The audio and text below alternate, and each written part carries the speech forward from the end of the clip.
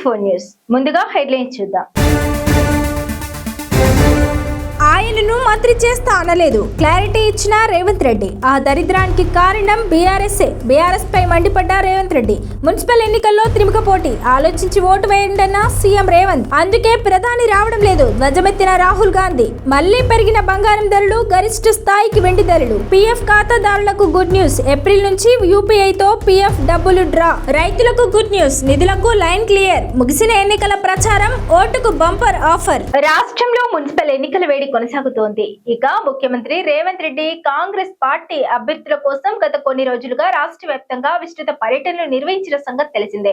అటు బీఆర్ఎస్ ఇటు బీజేపీలపై తీవ్ర విమర్శలు చేస్తున్న రేవంత్ రెడ్డి కాంగ్రెస్ పార్టీ అభ్యర్థులను గెలిపించుకోవాలని ఓటర్లకు విజ్ఞప్తి చేశారు. అదే సమయంలో అన్ని కార్పొరేషన్లు, మున్సిపాలిటీలో హస్తం పార్టీ జెండా ఎగరాలని ఆకాంక్షించారు. ఈ క్రమంలోనే ఇటీవల పరిగిలో నిర్వహించిన మున్సిపల్ ఎన్నికల ప్రచారంలో భాగంగా రేవంత్ రెడ్డి చేసిన వ్యాఖ్యలు ఇప్పుడు తెలంగాణ రాజకీయాల్లో ఆసక్తికరంగా మారాయి. మాజీ ఎంపీ రంజిత్ రెడ్డిని తెలంగాణ మంత్రిని చేస్తా అని తాను ఎక్కడా చెప్పలేదని రేవంత్ రెడ్డి స్పష్టం చేశారు. తాను చేసిన వ్యాఖ్యల్ని తప్పుగా అర్థం చేసుకుంటున్నారని వివరించారు. రాష్ట్ర మున్సిపల్ శాఖ మంత్రిగా నిధులను ఇచ్చి అభివృద్ధి చేసే బాధ్యతను రంజిత్ రెడ్డికి ఇస్తానని తాను పరిగి బహిరంగ సభలో చెప్పినట్లు రేవంత్ రెడ్డి తేల్చి చెప్పారు. పరిగి బహిరంగ సభలో ప్రసంగించిన సీఎం రేవంత్ రెడ్డి మాజీ ఎంపీ డాక్టర్ రంజిత్ రెడ్డిపై ప్రశంసలు కురిపించారు. ఈ క్రమంలోనే చేవెళ్ల పార్లమెంట్ నియోజకవర్గం పరిధిలోని అన్ని మున్సిపాలిటీల అభివృద్ధి కోసం రంజిత్ రెడ్డికి బాధ్యతలు అప్పగించి ప్రత్యేక నిధులు ఇస్తానని హామీ ఇచ్చారు. మున్సిపల్ శాఖ తన వద్దే ఉన్నందున తన తరపున రంజిత్ రెడ్డికి అక్కడే అభివృద్ధి పనులను అప్పగిస్తానని పేర్కొన్నారు. మున్సిపల్ ఎన్నికల ప్రచారం ముగింపు సందర్భంగా మీడియా సమావేశం నిర్వహించిన రేవంత్ రెడ్డి పలు విషయాలు చర్చించారు. జూబ్లీహిల్స్ ఉప ఎన్నిక వేళ రాష్ట్ర మంత్రివర్గంలోకి తీసుకున్న అజారుద్దీన్ కు సంబంధించి ఆయనను ఎమ్మెల్సీగా సిఫారసు చేస్తే ఎందుకు ఆమోదించలేదు అనేది గవర్నర్ చెప్పాలని రేవంత్ రెడ్డి పేర్కొన్నారు. ఇక దేశంలో నియోజకవర్గాల పునర్విభజన పూర్తి అయిన తర్వాతే జమిలి ఎన్నికలు ఉంటాయని సీఎం అభిప్రాయం వ్యక్తం చేశారు. సార్వత్రిక ఎన్నికలతోనే తెలంగాణ అసెంబ్లీ ఎన్నికలు 2029లో జరుగుతాయని పేర్కొన్నారు. జనాభా ప్రాతిపదికన డీలిమిటేషన్ ప్రక్రియ చేపడితే దక్షిణాది రాష్ట్రాలకు తీరని అన్యాయం జరుగుతుందని తెలిపారు. ప్రస్తుతం ఉన్న ఎంపీల ఆధారంగా నియోజకవర్గాల పెంపు ఉండాలని అభిప్రాయం వ్యక్తం చేశారు. తెలంగాణ మున్సిపల్ ఎన్నికలకు సమయం దగ్గర పడుతున్న క్రమంలో రాష్ట్రంలో రాజకీయం వేడెక్కింది. ఎన్నికల ప్రచారానికి సోమవారం సాయంత్రంతో శుభం కార్డు పడనుండడంతో కీలక ప్రెస్ మీట్ నిర్వహించారు సీఎం రేవంత్ రెడ్డి. ఈ క్రమంలో బీఆర్ఎస్ పార్టీపై ఘాటైన వ్యాఖ్యలు చేశారు సీఎం రేవంత్. బీఆర్ఎస్ పార్టీని యాసిడ్ పోసి కడగాలి, రాష్ట్రంలో దరిద్రానికి కారణం బీఆర్ఎస్ అని అన్నారు. బీఆర్ఎస్ కు ఓటు అడిగే అర్హత లేదని అన్నారు సీఎం రేవంత్. తాము అధికారంలోకి రాగానే 1వ తారీఖున జీతాలిచ్చామని, బీఆర్ఎస్ పాలనలో ఏనాడు 1వ తారీఖున జీతాలు ఇవ్వలేదని అన్నారు. 10 ఏళ్లు అధికారంలో ఉన్నది బీఆర్ఎస్ కాదా? మున్సిపాలిటీలో సమస్యలకు కారణం బీఆర్ఎస్ కాదా అని ప్రశ్నించారు సీఎం రేవంత్. 10 ఏళ్ల అవినీతి పాలనతోనే మున్సిపాలిటీలో సమస్యలు వచ్చాయని, 20 కోట్ల రూపాయల నిధులిస్తే పేదలకు ఏం చేశారని ప్రశ్నించారు. వరదలొచ్చి పట్టణాలు కొట్టుకుపోతే బీఆర్ఎస్ నాయకులు కనీసం పరామర్శించారా అని ప్రశ్నించారు సీఎం రేవంత్. కేసీఆర్ గెలిచి ప్రతిపక్ష నాయకుడయ్యాడని ఏనాడైనా అసెంబ్లీకి వచ్చాడా? ప్రతిపక్ష నేతగా ఎన్నిక 24 నెలలు అవుతుందని ఒక్కరోజైనా సభకు వచ్చాడా అని ప్రశ్నించారు సీఎం రేవంత్. మున్సిపాలిటీలో 1-2 బీఆర్ఎస్ వాళ్ళు గెలిస్తే పనిచేస్తారా అని అన్నారు. బీఆర్ఎస్ 10 ఏళ్లలో అవినీతి చేయని రంగం ఏదో చెప్పాలని అన్నారు. భార్య భర్తలు ఫోన్ మాట్లాడుకుంటే దొంగచాటుగా విన్నారని, వ్యాపారస్తులను బెదిరించి 100 ఎకరాలు రాయించుకున్నారని అన్నారు సీఎం రేవంత్. ఇప్పుడు మళ్ళీ మాకు ఓటేయండి అని బీఆర్ఎస్ అడుగుతుంది. అసలు అంటే ఏ మాత్రం కూడా మొహమాటం కానీ, అసలు సమాజం ఏమనుకుంటుంది మనం ఇంత బరితెగించి మాట్లాడడం వల్ల? ఇది ఏమైనా సమాజం ఆమోదిస్తుందా? అమరాన్ని ఎప్పుడో సామెత చెప్తుండే, బరితెగించిన కోడి అంట బజార్లోకి వచ్చి గుడ్డు పెట్టిందంట. గట్లున్నది బీఆర్ఎస్ వాళ్ళ వ్యవహారం. ఇద్దరు హరీష్ రావు గారు, కేటీఆర్ గారు ప్రతి మున్సిపాలిటీ తిరిగి మాకు ఓటేయండి అని అడిగితే బరితెగించిన కోడి బజార్లోకి వచ్చి గాడిద గుడ్డు పెట్టినట్టు ఉంది వీళ్ళు అడిగే విధానం, వీళ్ళు చెప్పే మాటలు. తెలంగాణ మున్సిపల్ ఎన్నికల సమయం దగ్గర పడుతున్న క్రమంలో రాష్ట్ర రాజకీయాలు వేడెక్కాయి. ఎన్నికల ప్రచారానికి సోమవారం సాయంత్రంతో శుభం కార్డు పడనుంది. ఈ క్రమంలో మీడియా సమావేశంలో మాట్లాడుతూ ప్రజలకు కీలక సందేశం ఇచ్చారు సీఎం రేవంత్ రెడ్డి. మున్సిపల్ ఎన్నికల్లో కాంగ్రెస్, బీఆర్ఎస్, బీజేపీ మధ్య త్రిముఖ పోటీ నెలకొందని, ప్రజలు ఆలోచించి ఓటేయాలని కోరారు CM Revanth Reddy.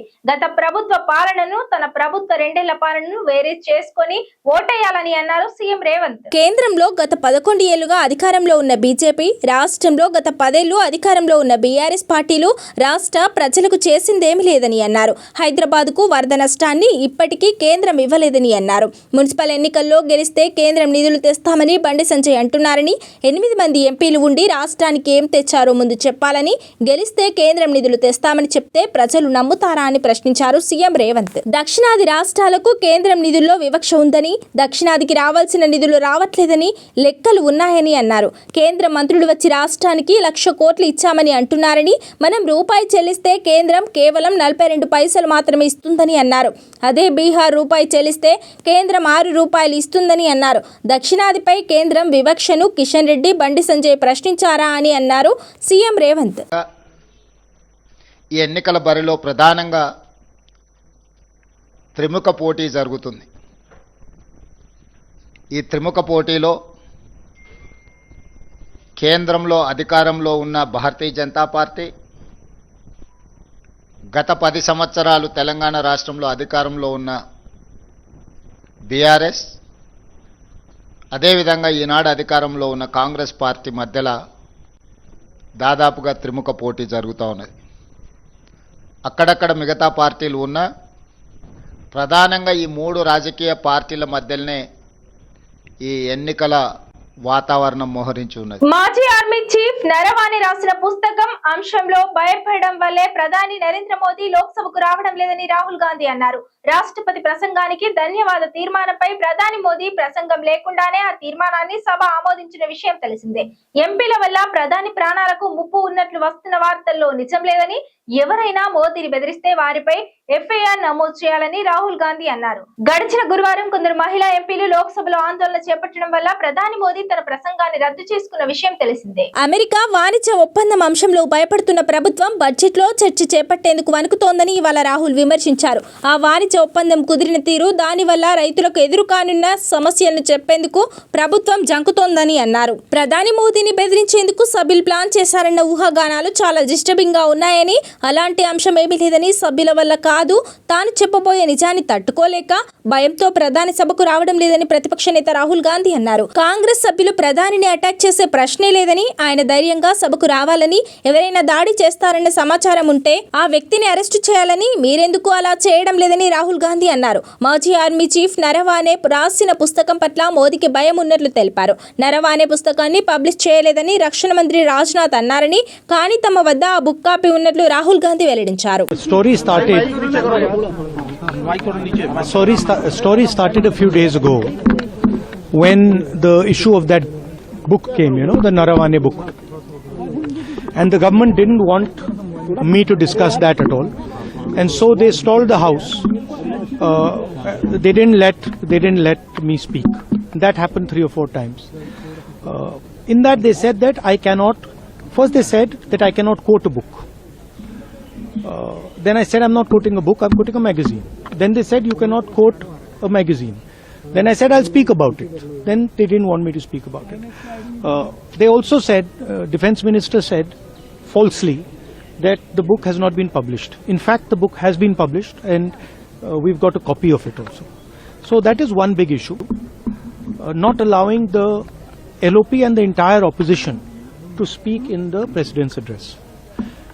Second issue is one of their members spoke quoting books, multiple books, and spoke very vile stuff, and nothing was said.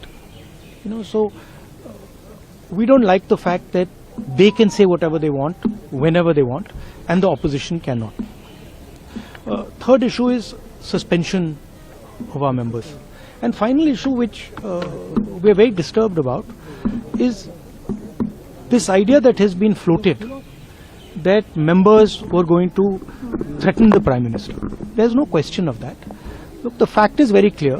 The Prime Minister was scared to come to the House. Not because of the members, but because of what I was saying. And he's still scared because he cannot face the truth, right? There's no question of our members attacking the Prime Minister.